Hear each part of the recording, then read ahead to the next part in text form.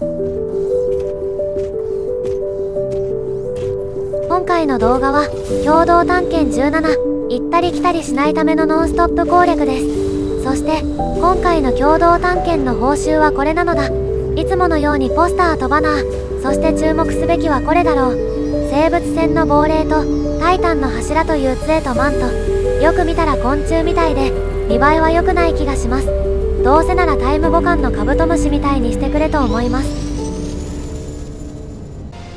共同探検17、始まりは巨大ガス惑星です。環境はめちゃくちゃ悪いです。私のように嵐に巻き込まれる人もいるかもしれない。しかし気をつけろとは言わない。なぜなら嵐に巻き込まれて達成できるフェーズ4の変化の風があるからだ。私はダメだったが、あなたはどうなるのでしょうね。とりあえず宇宙船に向かえばフェーズ1のタイタンからの脱出が達成する。私のはなぜか空中にありました。発射するにはパルスドライブと発射エンジンを修理する必要がある。金属プレートとピュアフィライトの材料となるフィライトチリの石が周辺に全然ないから走り回る必要があるかもしれない。無事に離陸ができればフェーズ1の点火が終わる。宇宙に出たら小惑星を攻撃してフェーズ2の石と火を終わらせる。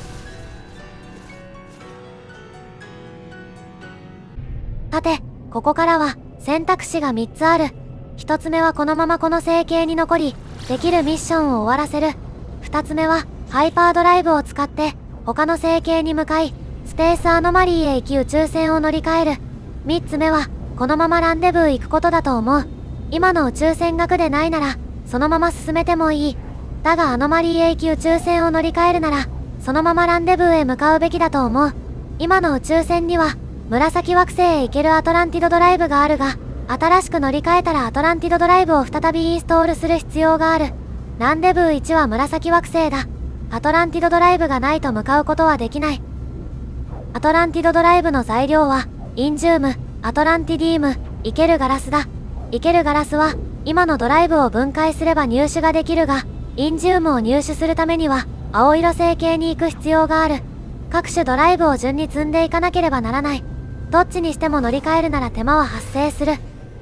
とはいえ、この星系でフェーズ1の残り3つのうち2つを終わらせても問題ない。巨人の子供たちは衛星を5つ降り立つと達成できるが、全て回る必要はない。後からもガス惑星に行く機会があるから、いくつか回って後からクリアしても問題ない。その過程で植物をスキャンをすればフェーズ1のバイオスフィアが終わる。宇宙船を乗り換えるなら不協和音の惑星でアトランティディウムは必ず確保するようにしよう。ハイパードライブを使えば他の惑星に向かうとフェーズ1のもう振り返らないが終わる。そのままアノマリーへ向かいアイテムを回収する。ランデブー1に向かうとフェーズ1のランデブー1が終わり、そのまま写真を撮ると記録1が終わる。ここで基地コンピューターがもらえるはずだ。グリッチビルディング使いには必須アイテムだ。スペースアノマリーでアイテムを回収すれば人によってはいろいろなことができる。暴走カビがあればナノマシンに生成してスペースアノマリーで危険物用手袋を購入してインストールする。これがあれば最初のガス惑星に戻りストームクリスタルを集めるとフェーズ2の瓶詰めエナズマが終わる。ナノマシンでスキャナーモジュールも購入する。テクノロジーで持ってきてたら最高だ。生物をスキャンすればフェーズ2の異端者の進化が終わる。その過程で9万ユニット分の生物を発見できればフェーズ5の遺伝子通過が終わるだろう。スキャナーはこのためのものだ。この辺りで基地を構える必要があるかもしれん。栄養プロセッサを組み立て、ログに従いパンを料理すればフェーズ2のフィールドロジスティクスが終わる。報酬は栄養摂取装置だ。次にこれをインストールする。材料の潤滑剤はフェシウムとガンマルート。入手方法は動物の糞とガンマルートを直接取りに行くか、カットロットフラワーとガンマウィードを埋めて育てるかだ。どっちにしても手間がかかるからこのミッションをするまでに入手した方がいいかもしれん。インストールすればフェーズ2の缶詰の食材が終わる。ランデブーには海上にある。ここでアクアジェットをインストールした方がいい。インストールすれば空と海の近くが終わる。映像は撮り忘れたようだ。この基地ではまだやることがある。回った惑星の履歴から適当に選びディスカバリーの名前を変更するとフェーズ5のレガシーが終わる。不思議な鉱脈、もしくは暴走カビを生成すればフェーズ5の量子版が終わる。海に行きノーティロンプラットフォームを作成し、ハイパーソナーをインストールしてナンパした貨物船を探し出すとフェーズ3の遥かなる深部が終わる。ついでに、水中生物のスキャンも忘れるな。7匹スキャンできればフェーズ3の生命力あふれるが終わる。ランデブー2は海洋惑星だ。ここで全部スキャンする必要はない。ノーティロンプラットフォームは、削除して材料は取り戻そう。次で使用する。ランデブー2は海上だ。海に少し潜るだけで達成できる。ついでに写真も忘れるな。記録2が終了する。圧膜をインストールしたらフェーズ3のアンダープレッシャーが終わる。熱水燃料電池の材料は海で入手できる。熱水燃料電池はノーティロンの燃料だ。後々のことを思えば多めに作成した方がいいかもしれません。ノーティロンに乗り深海を目指す。ランデブー2の周辺は、おそらく1000 U を超えるはずだ。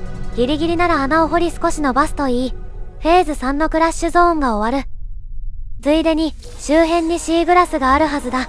5つ入手するとフェーズ3の危険手当が終わる。もうすることはない。ランデブー3に行き、ついでに写真も撮る。ランデブー3の報酬はコロッサスだ。インストールして少し動けばフェーズ4のタイタンの輪が終わる。巨大ガス惑星で釣りをする必要がある。釣り場の近くに基地を建築した方がいい。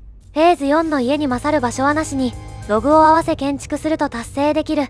ついでに、魚を4匹釣ると、フェーズ4のプラズマの海が終わる。戦略がいれば曲がりするか諦めて出直すかになる。ガス惑星で結晶化ヘリウムを掘削する必要がある。宇宙船で移動しながら、掘削できるとフェーズ4の危険物が終わる。ランデブー4へ向かい、写真を撮るとフェーズ4が終了する。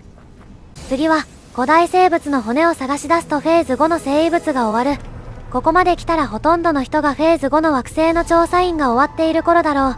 あとは、ランデブー5へ向かい写真を撮るだけで、共同探検17、タイタンが終了する。今回は、最初に避けられない事故に遭いましたが、難易度的に面白かったと思います。ご視聴ありがとうございました。チャンネル登録、高評価よろしくお願いします。